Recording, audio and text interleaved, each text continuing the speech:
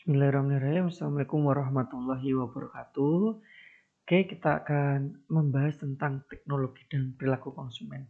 Kita sekarang sudah mulai memasuki uh, era 4.0, era digitalisasi, di mana dulunya mungkin awam bagi masyarakat di Indonesia khususnya ya, umumnya di masyarakat dunia bahwa uh, dengan hadirnya uh, beberapa beberapa bisnis-bisnis digital yang ada di Indonesia ini membuat mereka itu kayak canggung. Bagaimana cara mengoperasikan, bagaimana transaksinya, bahkan ada uang digital juga. Mereka awal mulanya mulai canggung itu, tapi lama kelamaan sudah mulai terbiasa dengan hal tersebut. Nah, kita melihat bahwa dulu Facebook atau para produsen-produsen di seluruh dunia ini sudah memprediksikan bahwa suatu saat nanti perkembangannya seperti ini. Jadi itulah sesuatu hal yang wajar atau lumrah yang sering dilakukan oleh para pengusaha sebelum melakukan sesuatu hal, menciptakan sebuah barang ataupun jasa, dia pasti akan melakukan sebuah analisis terlebih dahulu gitu. Sama halnya seperti Facebook. Facebook sudah menganalisis, Google juga sudah menganalisis bahwa tahun sekian itu sudah mulai memasuki era digital, dan itu pasti adanya, dan pertumbuhan digitalisasi di seluruh dunia itu semakin luar biasa. Salah satu contohnya di Indonesia ya, Facebook dan Bank Community ini sudah memprediksikan bahwa konsumen digital di Indonesia di tahun 2021 itu sudah mencapai 165 juta. Ya, padahal jumlah penduduk di Indonesia itu kurang lebih sekitar 260 sampai 270 sekian juta. Jadi sekitar lebih dari 50% masyarakat di Indonesia itu sudah mulai paham tentang perkembangan digital saat ini. Nah, begitu juga dengan salah seorang peneliti ya, yaitu Bobby Krismaputra ya, dalam bukunya Perilaku Konsumen dalam Dunia Digital, didapat dalam hasil revolusi digital berpengaruh terhadap perilaku konsumen dalam pemasaran. Ya, pemasaran suatu produk itu yang dulunya mayoritas itu mungkin kita lebih memasang iklan ya tahun 80-an 90-an sama sih tahun 90-an 2000-an itu kebanyakan masih masang iklan di tiang-tiang listrik dan lain sebagainya. Tapi sekarang sudah berbeda. Periklanan biar produk itu bisa diketahui oleh masyarakat itu sudah mulai menggunakan berbagai macam platform sosial media seperti Facebook Ads, Google Ads dan lain sebagainya. Itu bukti kemudahan dari perkembangan zaman. Dulu kita mau membeli barang apapun kita nggak tahu. Kita pengen ini, ya udah kita hanya tahunya toko sana yang gede, toko itu yang gede dan sebagainya. Tapi kita tidak tahu ada apa tidak di sana gitu. Nah, tren dari konsumen terkait layanan digital di sini survei online tersebut disampaikan 5 tren konsumen terkait dengan layanan digital sepanjang tahun 2015. Yang pertama adalah perkembangan teknologi yang terjadi saat ini terlalu memicu penduduk seluruh dunia tanpa mengenal usia ya. Siapapun tahu, paham penggunaan digital. Mulai dari platform-platform yang ada di sosial media apapun sekarang bisa. Bahkan anak-anak yang remaja atau masih kecil pun malah lebih canggih untuk menggunakan teknologi itu. Yang berikutnya adalah tren demografi menunjukkan saat ini ada 74 juta masyarakat kelas menengah di Indonesia dan jumlah ini akan semakin meningkat ya.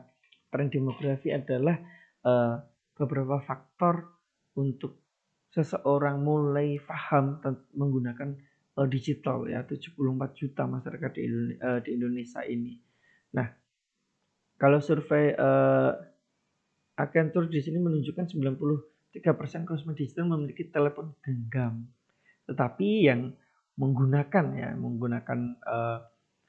platform-platform bisnis digital atau layanan digital itu ke 74 juta masyarakat itu sudah mulai menggunakan. Kita bisa membayar listrik, kita bisa transfer, kita bisa membeli pulsa Bahkan apapun bisa kita lakukan dengan sistem digital seperti itu. Yang berikutnya ya adalah tren kedua menunjukkan meningkatnya jumlah pengguna teknologi. Nah, tren ketiga menunjukkan kemauan konsumen dalam membagikan data pribadi mereka kepada pihak lain secara daring. Yang keempat, survei Accenture menggarisbawahi bahwa nama besar sebuah brand saja tidak cukup dalam mengenai hati konsumen. Dan yang kelima, permainan digital saat ini membuka kesempatan lebar bagi yang ingin mengembangkan industri digital. Ini sebagai bentuk bahwa era digitalisasi kita tidak hanya sekedar expert ataupun canggih dalam penjualan saja, tetapi dan juga kita mengandalkan nama dari brand yang kita miliki. Tetapi bagaimana caranya kita itu bisa meraih konsumen itu sangat baik untuk bisa memenangkan istilahnya persaingan bisnis-bisnis di masa yang saat ini itu. Karena ini sebagai bukti ya perkembangan digital bahwa kita harus mengikuti perkembangan zaman. Karena brand kita belum tentu.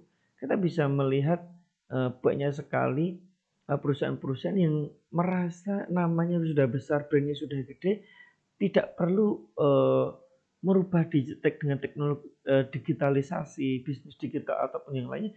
Akhirnya mereka mulai tergerus oleh zaman itu sendiri.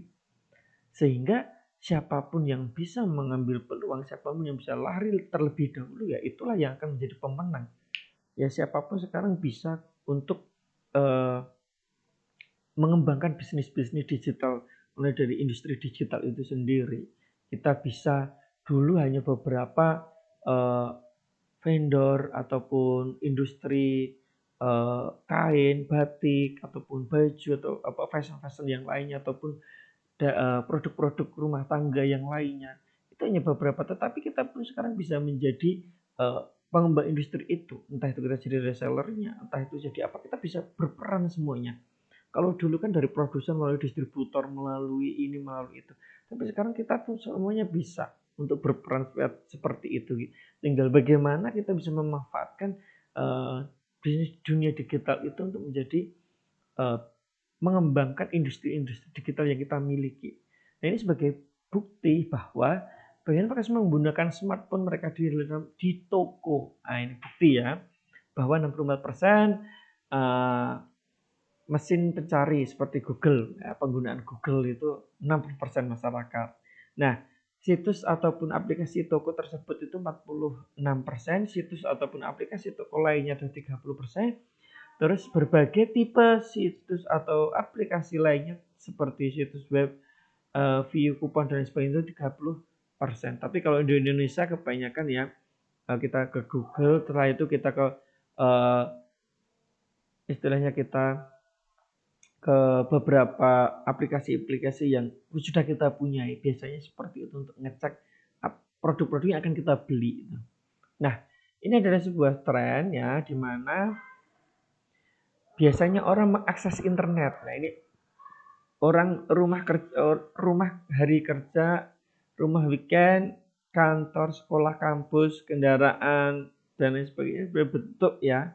Ini loh trennya dari 2015 sampai 2017 itu seperti ini, peningkatannya yang sangat luar biasa sekali. Nah, kita harus mengetahui di sisi lain perkembangan digital, kita memanfaatkan era-era digital ini, kita juga harus mengetahui perilaku konsumen dunia maya itu seperti apa gitu. Konsumen digital itu seperti apa sih perilakunya. Dan yang pertama, kita harus mengetahui bahwa konsumen lebih cenderung membandingkan kualitas produk dan mereview di internet. Itu sudah jelas. Kita akan membeli produk, kita akan mereview.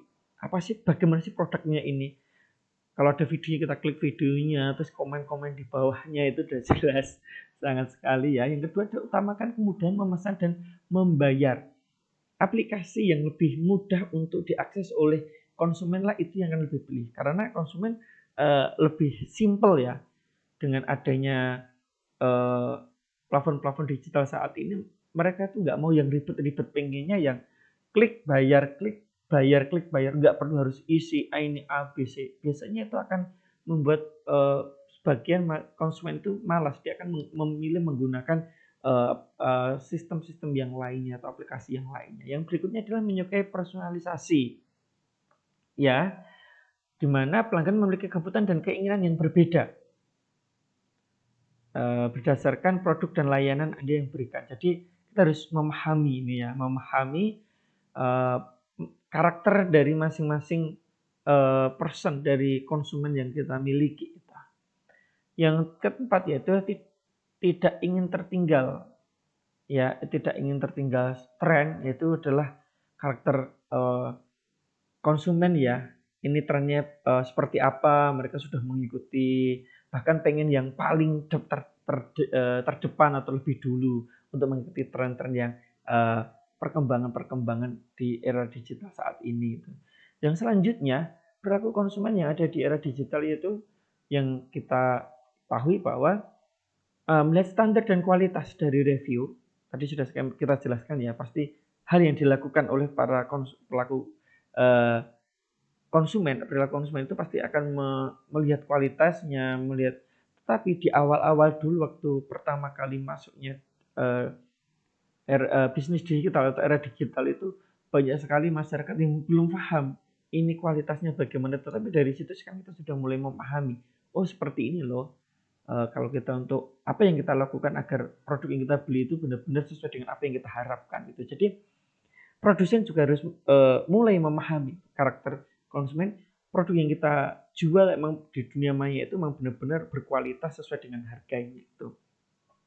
Yang berikutnya adalah rasa toleransi konsumen, di mana adanya sosial media tentu bisa dimanfaatkan perusahaan untuk merentangkan jangkauannya lebih luas dan memikat lebih banyak pelanggan yang terbesar di seluruh penjuru dunia. Komunikasi dengan konsumen pun akan menjadi lebih mudah dengan adanya sosial media. Namun di era digital, perilaku konsumen banyak berubah. Mereka cenderung menginginkan kemudahan dalam pelayanan. Nah, kemudahan dalam pelayanan itu yang, namun jika pelayanan tidak terpenuhi dengan baik, mereka akan memberikan komplain langsung di sosial media. Ini yang sangat perlu apa ya istilahnya, perlu hati-hati yang harus dilakukan oleh para pelaku usaha di dunia digital saat ini, karena di saat konsumen itu ya bisa dikatakan seperti apa ya, Mahadewa karena jika dia tidak puas dengan apa pelayanan dari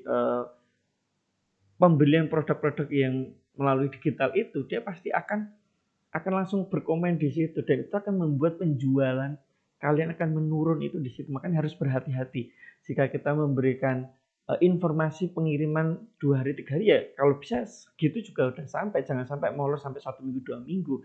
Jika ongkirnya itu sekian, ya kita harus menyampaikan itu. Kalau kita tidak, itu pasti gitu komentarnya itu akan membuat konsumen-konsumen yang lainnya tidak akan memilih produk yang kita jual lagi itu. Adanya dialog dengan konsumen, kita harus memberikan pelayanan informasi, bahkan jika mereka menanyakan langsung, kita juga harus memberikan nomor khusus untuk memberikan sebuah pelayanan terhadap konsumen. Jika mereka komplain dan lain sebagainya, itu sangat penting sekali dibandingkan konsumen-konsumen yang langsung komen di aplikasi tersebut. Itu sangat berbahaya sekali. Ini kita memberikan sebuah istilahnya nomor, mencantumkan nomor jika ada keluhan ataupun hal yang ingin disampaikan bisa di situ. Jadi kita ada komunikasi yang intens juga dengan pembeli-pembeli dari produk yang kita jual.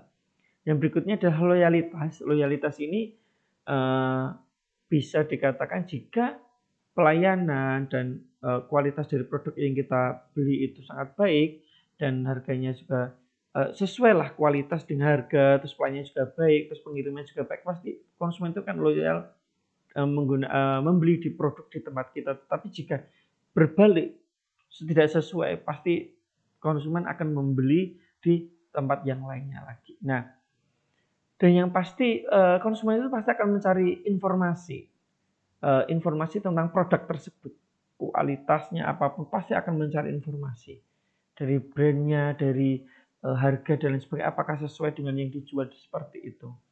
Yang berikutnya adalah tidak ingin tertinggal. Lah, ini adalah terpenting. Tren apapun yang terjadi informasi tren-tren yang terjadi saat ini itu akan menjadi acuan ya, acuan bagi para konsumen ya, karena konsumen tidak ingin tertinggal dengan perkembangan-perkembangan, ada produk-produk terbaru dia ingin membeli, pasti itu selalu seperti itu. Maka itulah tugas konsumen, harus berkreatif, inovatif, tugas produsen dan itu mengenalkan produk-produknya di dunia maya ataupun di bisnis digitalnya yang mereka jual melalui platform-platform digital. Oke, terima kasih untuk kesempatan pada hari kali ini ya, kita membahas tentang teknologi dan perilaku konsumen di era digital saat ini. Cukup sekian dari saya. Assalamualaikum warahmatullahi wabarakatuh.